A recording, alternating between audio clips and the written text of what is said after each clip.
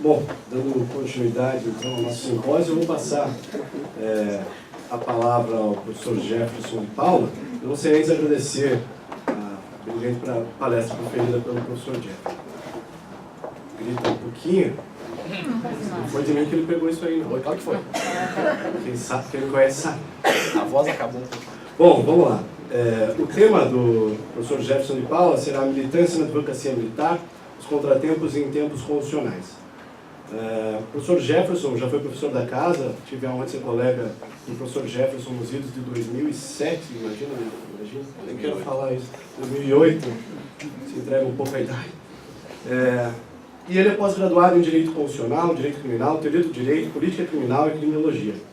Ele também é mestre em Direito pela Univale, é professor de graduação e pós-graduação e é advogado atuante na área do Direito Militar. Tive a honra de cruzar por várias vezes com o professor Jefferson nos meandros do sistema criminal e especialmente no âmbito da seara do Direito Militar. Eu sei que ele é muito atuante, então ele vai falar do tema que ele realmente domina e passo a palavra ao professor Jefferson.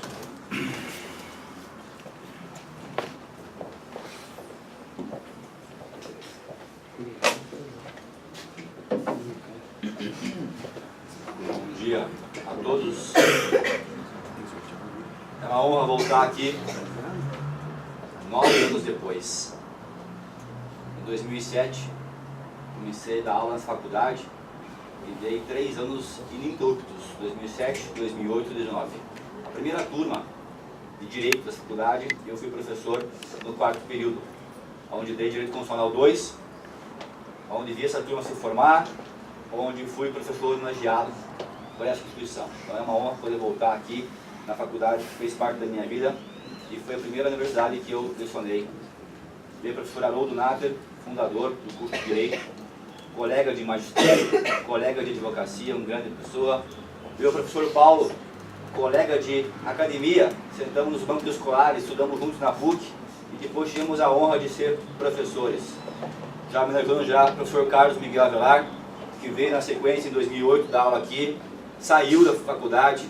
Fiz eu, pessoalmente, um esforço tremendo para que o professor Carlos voltasse para a faculdade, para o PET, voltou, e veio o professor Carlos aqui novamente, é uma honra. Dr. Cristiano Quintas, delegado que eu conheço, já atuei em vários casos, um grande delegado, Dr. Daniel, a respeito de minha homenagem, e veio o jovem professor Jeffrey Chiquinho, com uma oratória, um jovem advogado, combatente.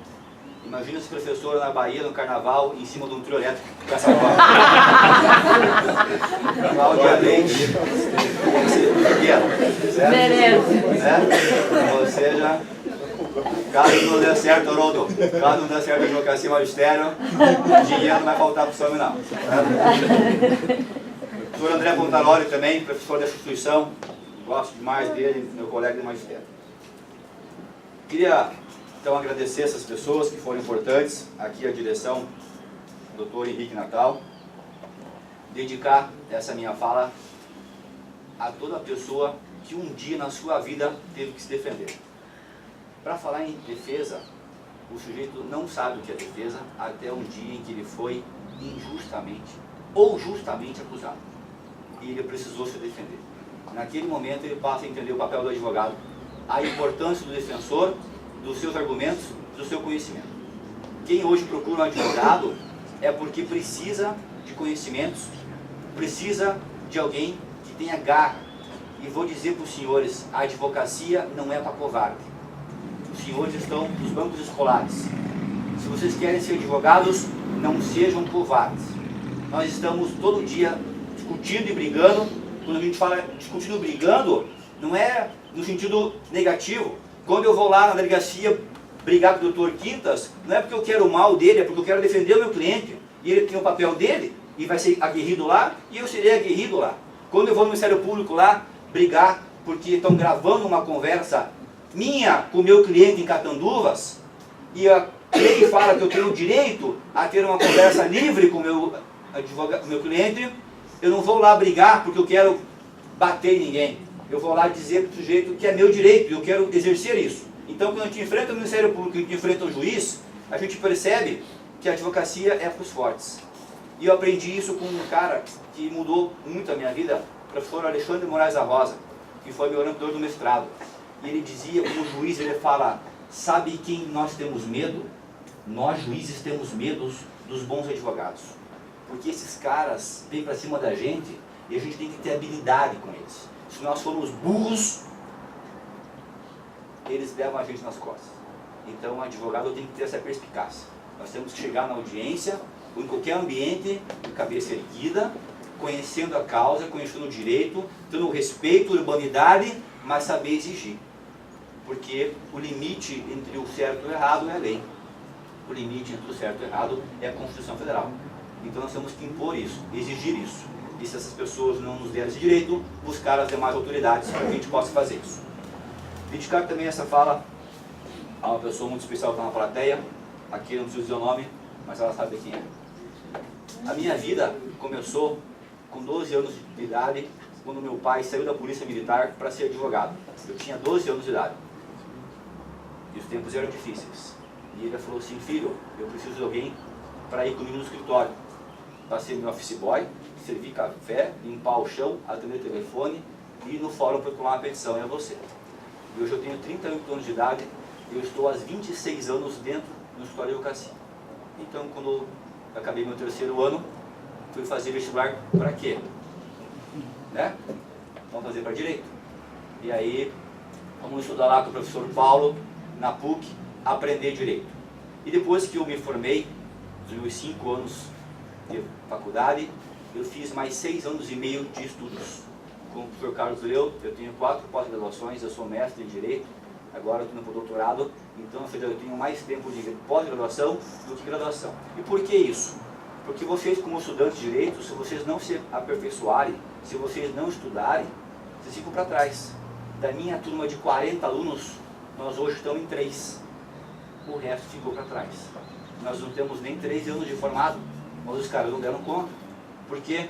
Porque nós temos só em Curitiba e região 23 faculdades de direito.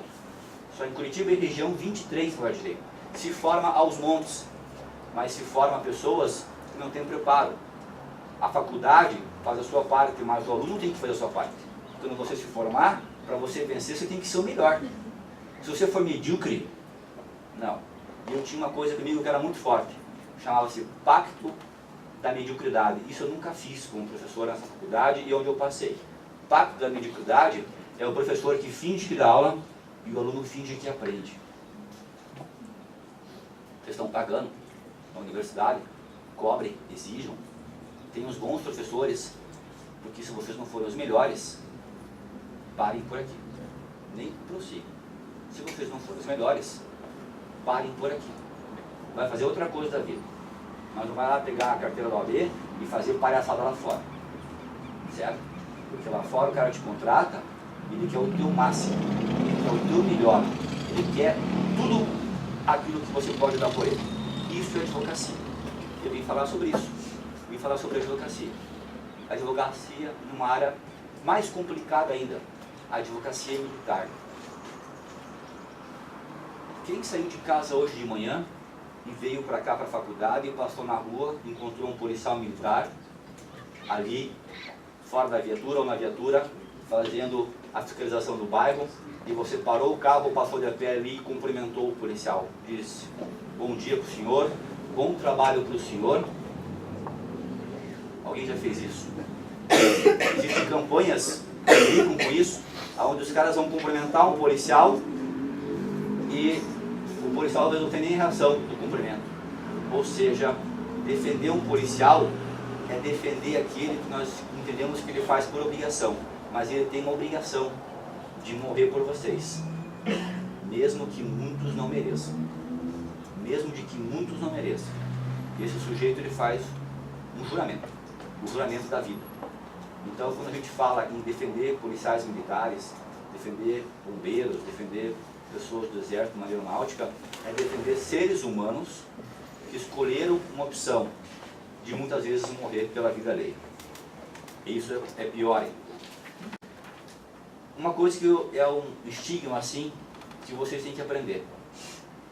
Advogado criminal não defende bandido.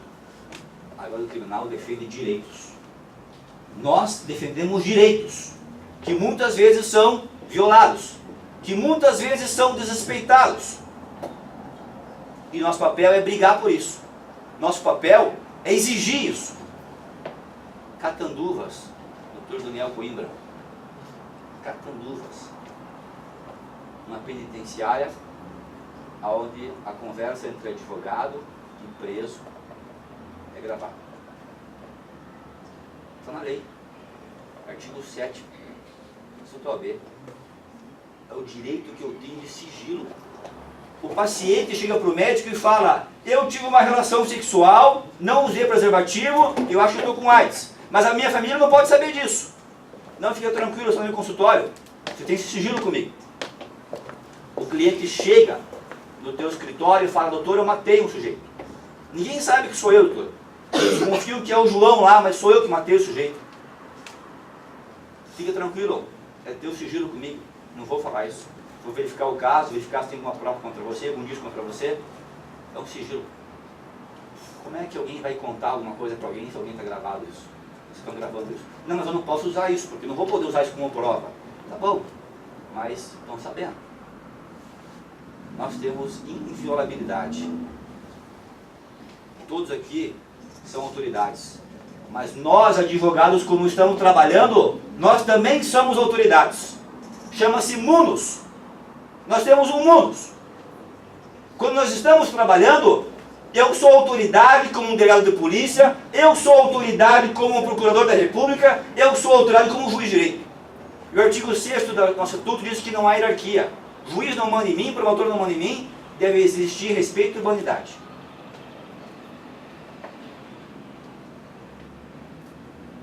Isso é advocacia. Falar dos outros, acusar os outros é fácil. Eu vou fazer um simples questionário aqui e os senhores mentalmente respondem as perguntas. E nós vamos verificar quem é quem no mundo da vida. Você já fez compras no exterior, Estados Unidos, Paraguai, acima da cota e não declarou o pacote federal? Ah, você já fez? Não, o Barulho disse não. Não. Artigo 334 do Código Penal. Você já trouxe mercadoria proibida? Coisas lá que não poderia trazer, tipo medicamento? Que não passa pela Anvisa? Ah, é? Crime federal. 334A do Código Penal. Você já ingeriu bebida alcoólica em quantidade razoável ou fez uso de droga e já dirigiu veículo automotor? Festa, churrasco de faculdade. Churrasco de faculdade, o cara vai para o churrasco de faculdade, toma uma cervejinha, pega o carro e vai para casa. Crime de trânsito. Artigo 306 do Código de Trânsito do Brasil. Você já tirou fotocópia integral de um livro? Você já foi no Xerox e falou assim: tira para mim cópia integral? Não, né? Graças a Deus nunca fizeram isso. Artigo 184, parágrafo 2º do Código Penal. Você já fez plágio? Já acessou a internet, lá puxou aquela pesquisa e botou lá e não citou a fonte e entregou para o professor como trabalho que valia ponto? Ainda bem que vocês não fizeram isso, né? Vocês são pessoas de bem. Artigo 184, parágrafo 1º do Código Penal. Você já xingou alguém? Já proferiu palavras de xingamento para alguém? Não, vocês não fazem isso. Ninguém faz isso. Só que isso é crime previsto no Código Penal, nos artigos 138. Você já agrediu alguém? Lesão corporal.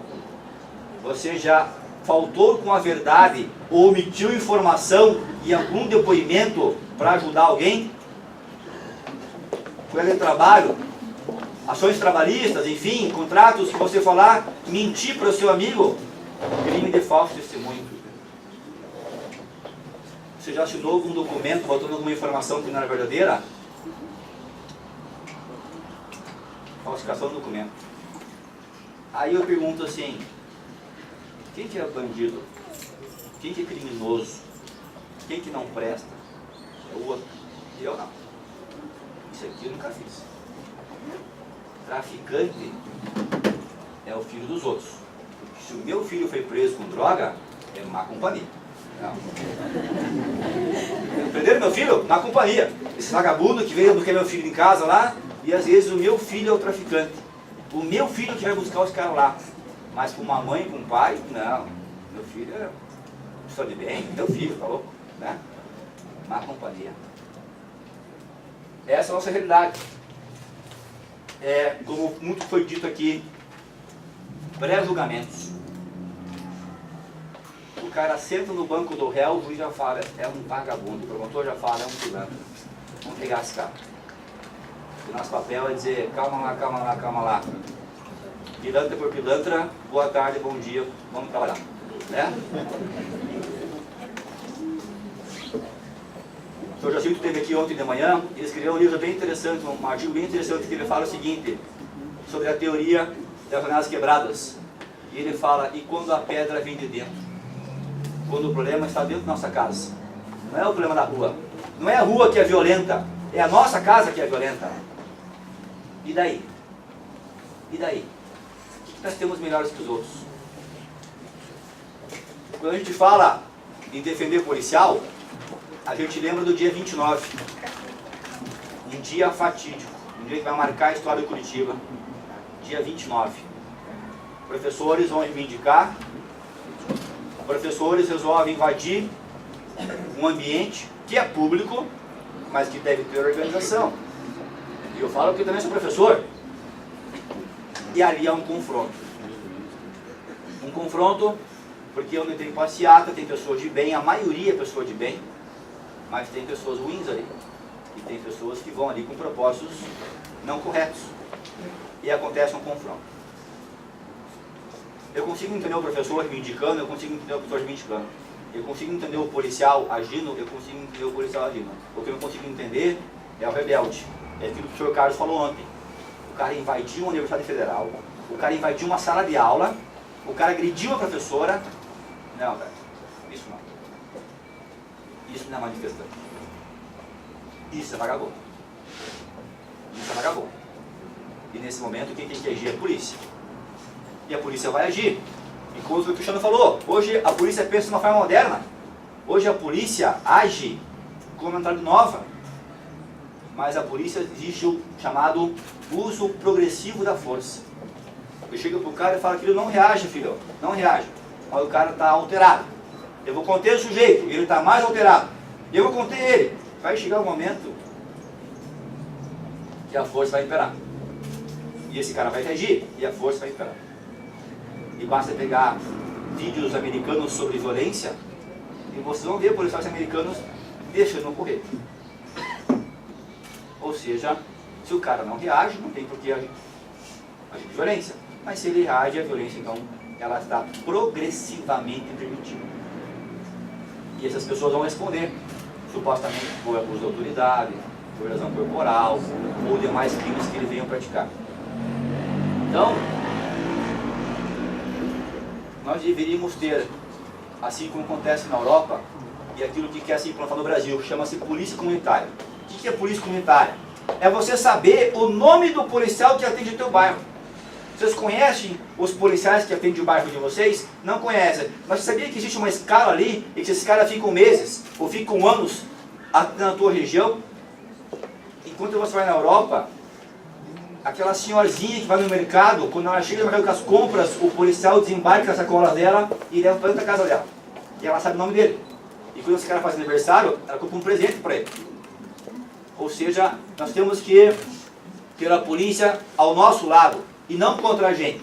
É aquilo que o Dr. Cristiano falou. Nas madrugadas, as delegacias, às vezes, são os confortos dos desesperados. Você está desesperado, você liga para quem? Você liga para a polícia. Mas é aquela polícia que você sequer dá bom dia quando vem para a tua aula da manhã. Se fala muito em direitos, muitas regalias, mas eu me lembro de uma situação do Dr. Carlos Miguel Avelar e do Dr. Jeffrey, de um juiz de direito que dentro de uma sala de audiência, nessa de Ortigueira, deu um tiro e matou um promotor de justiça. Sabe quantos anos demorou para esse cara ir para a júri? Somente 12 anos. Sabe por quê? Porque ele recorreu. Ele recorreu, contratou os melhores advogados, e recorreu, e recorreu, e recorreu, e recorreu, e recorreu. Mas é o mesmo juiz que quando você ia recorrer um recurso para o teu cliente, dizia, ah, que absurdo, está recorrendo. Olha quanta petulância está recorrendo. Recurso é uma lei, é para usar. E o cara fala mal do recurso até o dia que ele precisa do recurso. Acusar é bom. Ser acusado é o momento que o cara pensa que as coisas são diferentes. Então, nós advogados temos papel. Está previsto em lei? Eu vou recorrer. É um direito, eu vou recorrer. Querem acabar com isso? Mudem a lei. Mudem os recursos. Aí a história é diferente. Mas enquanto houver recursos, é um direito, e como um direito eu devo usar. Porque o que ele espera disso, de mim, é que eu recorra. Quando a gente fala em policial, nós falamos em formação policial. Dr. Cristiano Quintas aqui é professor da escola. Então ele diz para o policial lá que vai se formar agora que, olha, vou chamar jagunço, guri. Vou chamar jagunço. Antigamente, o Dr. Cristiano pode provar isso, diz assim, busca aquele cara lá. É a polícia que buscar o cara, sem mandar dizer nada. Entra lá e pega o cara e traz o cara para cá, para a delegacia. As coisas antigamente eram diferentes. Hoje, graças a Deus, as coisas mudaram. A lei impera. O respeito tem que imperar. Mas a polícia militar, na polícia militar, existe uma formação militar. E essa formação militar prepara o sujeito para a guerra. No exército, o inimigo tem que morrer. Essa é a formação do exército. O inimigo tem que morrer no confronto. Na polícia militar, o inimigo é o criminoso. Esse cara tem que morrer. A formação militar hoje é uma formação diferenciada. Hoje o sujeito que vai para uma academia militar, ele tem uma formação muito dura. Exigem muito dele. E quando esse cara sai na rua, ele sai com sangue no olho. Esse é um grande problema. Essa é uma grande luta que nós temos hoje, de dizer para esse policial novo, que acaba de se formar, tem um distintivo, tem uma carteira amarela, tem uma pistola .40 na cintura, para dizer, calma guri, não faça merda. Não faça merda. Calma, porque ele vem com sangue no olho. Se à noite ele pega um vagabundo, ele vem porque ele quer pegar o cara. Nós temos que cuidar com isso, porque a culpa não é dele, a culpa é do que fizeram na cabeça desse sujeito dentro de uma academia militar. Então, direitos não são regalias. Direitos não são regalias. Nós não podemos abrir mão disso. Falando em livre convencimento, Dr. Jeffrey, por que nós temos que estudar direito militar? Porque o Jeffrey acabou de falar, do artigo 155, lá o juiz pode se convencer com base naquilo que ele quiser, vírgula, inclusive buscar alguma coisa do inquérito. Nós professores, eu como professor de processo penal, direito penal, que dei aula como constitucional, o Código de Processo Penal Militar, Dr. Jeffrey, diz claramente no artigo 297 que o juiz só pode se valer da prova judicial. Não tem vírgula. O juiz militar não pode buscar nada no inquérito. Não tem vírgula. Diz, o juiz pode se convencer com base naquilo que foi produzido em juízo. Quer dizer que o que teve no IPM pouco importa. Existe um juiz muito famoso, de uma tal República Curitiba, que eu desconheço, e que ele diz que,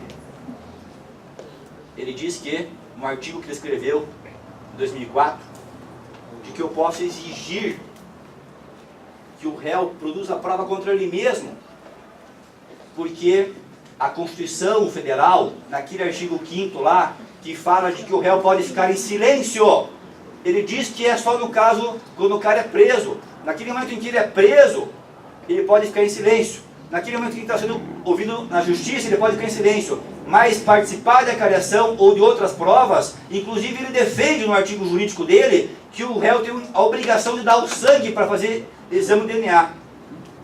Ele diz no artigo dele, em 4 partes, de que não existe no ordenamento jurídico brasileiro nenhuma norma, nenhuma lei, nenhum artigo que vede isso. Mas ele desconhece, porque ele nunca leu esse sujeito o Código do Processo Penal Militar que está vigente. E diz no parágrafo 2º do artigo 296, ninguém, quem que é ninguém?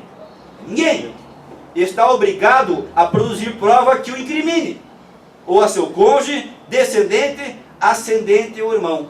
Ninguém. O próximo artigo do Sala Criminal do Pontaroli, eu vou dizer, o juiz errou. O juiz não leu o código. Ninguém é obrigado a produzir prova contra si mesmo. Eu não tenho obrigação de falar, confessar um crime. Eu não tenho obrigação de participar de uma cariação. Eu não tenho obrigação de dar meu sangue para fazer exame de DNA. Eu não tenho obrigação de produzir prova de mim. E eu sou ninguém. Eu sou o ninguém. Quem sou eu? Sou um cidadão brasileiro que voto, que paga os meus impostos, e a justiça, a polícia, o Ministério Público tem que me respeitar. O artigo 2º do Estatuto da OAB diz que nós somos indispensáveis à administração da justiça. O artigo 2º diz: o advogado é indispensável à administração da justiça, sem nós não tem justiça. No seu ministério privado, o advogado presta serviço público. Nós prestamos serviço público e exerce função social. No processo judicial, o advogado contribui na postulação de decisão favorável ao seu constituinte, ao convencimento do julgador, e seus atos constituem munus público. Munus público. Nós somos autoridades. Aí fala assim, porque o tribunal inovou e deu uma decisão importante para a história do Brasil. Nossa, que interessante. Mas quem que fez a petição e provocou aquele tribunal? Não foi nós advogados? Quando o tribunal dá uma decisão fantástica, foi porque o cara acordou de manhã e falou assim, nossa, eu sou juiz, hoje eu tinha uma ideia fantástica. Não, é porque ele leu o que eu escrevi, o que o Carlos escreveu, o que o Jeffrey escreveu, e fala, esse cara está certo. Nunca pensei nisso, esse cara está certo. Eu vou adotar essa tese. Então, quando o juiz decide uma decisão fantástica, não é palmas para o tribunal, é palmas também para os advogados, porque nós contribuímos para isso. As grandes decisões do Brasil, fomos nós que contribuímos para isso. No exercício da profissão, o advogado é inviolável por seus atos e manifestações. Ninguém nos cala, ninguém nos silencia. Nós somos invioláveis. Mas algumas autoridades teimam em dizer isso. O que o Jeffrey esqueceu de falar sobre a deusa Têmis no Supremo Tribunal Federal é que ela está de costas para o Supremo Tribunal Federal. Ela está verdadeiramente de costas. Quem vai a Brasília, o Supremo está nas costas. E aquilo é para ela não ver o tanto de besteira que eles fazem lá. Eu estava agora, um mês atrás, quando o Supremo julgou o caso da presunção de inocência. Eu estava lá e assisti esse julgamento. É espantoso. Sabe o que acontece? Aquela câmera filmando, as pessoas têm medo de falar, porque hoje existe uma coisa chamada opinião pública. O juiz hoje é covarde quando esse juiz vai julgar com medo daquilo que a população vai pensar dele. Nós temos um ministro do STJ, um cara fantástico, um ministro garantista. Ele deu 2 decisões, soltou 2 réus que na ótica dele deveriam ser soltos. O que a Rede Globo fez com esse cara? Esse cara se trancou, esse cara não atende mais ninguém, e esse cara passou a ser um juiz diferente. Ou seja, a mídia, existe um filme bem legal de outra volta, chama-se O Quarto Poder. Nesse filme mostra o que a mídia pode fazer com uma pessoa simples e elevar ela, como pegar uma pessoa importante e botar essa pessoa no chão. É o que ela está fazendo com todo mundo. Quer dizer, os bons juízes hoje têm medo da mídia, porque a mídia pode arrebentar uma pessoa dessa. Vão procurar coisas que não tem nada a ver, contexto nada a ver, para tentar prejudicar esse juiz. Senhores, é importante estudar direito militar, porque o princípio da insignificância está previsto expressamente no Código Penal Militar. É importante estudar o processo penal, porque ele tem partes horríveis, partes muito conservadoras, mas ele tem partes muito garantistas, muito mais que o nosso Código atual. Como eu acabei de falar, o artigo 296 para o segundo, que fala do ninguém, 297 que fala de que o juiz não pode se valer da prova do inquérito, ou seja, realmente a legislação militar tem muitos pontos importantes. Todos os senhores aqui, civis, saibam que um dia vocês podem ser réus. Não estou jogando praga para ninguém, tá? Na Justiça Militar da União, porque o civil pode responder criminalmente na Justiça Militar da União, diferentemente da Justiça Militar Estadual, onde só o militar estadual que responde lá. Mas nós temos que aprender direito militar até para saber se nós podemos ou não estar incorrendo em algum crime militar e podemos ser ou não julgados pelas instâncias militares. Juízes militares hoje são pessoas que levam muito em consideração o que acontece no processo. O que eu quero dizer com isso é, se critica a justiça militar por dizer que ela é corporativista, porque sempre se beneficia. Não. Enquanto se julgou homicídios praticados por policiais na justiça militar, mais se condenou militares do que se absolveu. Hoje é muito fácil defender um militar no júri. Você chega lá e fala, quem morreu foi um bandido, quem morreu foi um marginal, o cara aqui é policial. Os jurados vão lá e falam, vagabundo mesmo, tinha que morrer, e pronto, absolve. Na justiça militar isso não passaria. Na justiça militar, os juízes seriam mais enérgicos. Então nós temos uma justiça militar, a qual eu convido todos hoje, que tiverem tempo e à tarde, assistir, hoje no Fórum Criminal, no subsolo, será julgado um caso de um policial militar. Eu farei a defesa a partir das 13h30. Estão todos aqui convidados para assistir. Quando quiserem comparecer, é no Fórum Criminal. No subsolo, então, tem a auditoria militar. Quem quiser conhecer a Justiça Militar da União, fica no Jardim Social, lá julga o Exército, Marinha Aeronáutica. Então, existe muita coisa interessante para aprender, muita coisa importante para estudar. Queria dizer muito mais coisa, mas o tempo é curto, e o meu tempo já passou. Mas quando eu digo para os senhores de que nós não podemos abrir mão dos nossos direitos, eu quero terminar uma frase, na verdade, algumas palavras de um autor, Mayakovsky, e que ele fala o seguinte: na primeira noite, eles se aproximam e roubam uma flor do nosso jardim, e não dizemos nada. Na segunda noite, já não se escondem, pisam na grama, nas flores, matam nosso cão, e nós não dizemos nada. Até que um dia, o mais frágil deles entra sozinho em nossa casa, rouba-nos a luz, e conhecendo o nosso medo, arranca-nos a voz e a garganta. E já não podemos dizer mais nada. O que eu quero dizer para os senhores é isso: nunca abram mão dos seus direitos. Nunca flexibilizem um direito, porque esse direito nunca mais volta. Esse direito é perdido. Dessa maneira, respeitem os advogados, respeitem a advocacia, compreendam que na hora do apuro é para essas pessoas que vocês vão pedir apoio, e nós estaremos lá, de braços abertos, para atender vocês. Muito obrigado.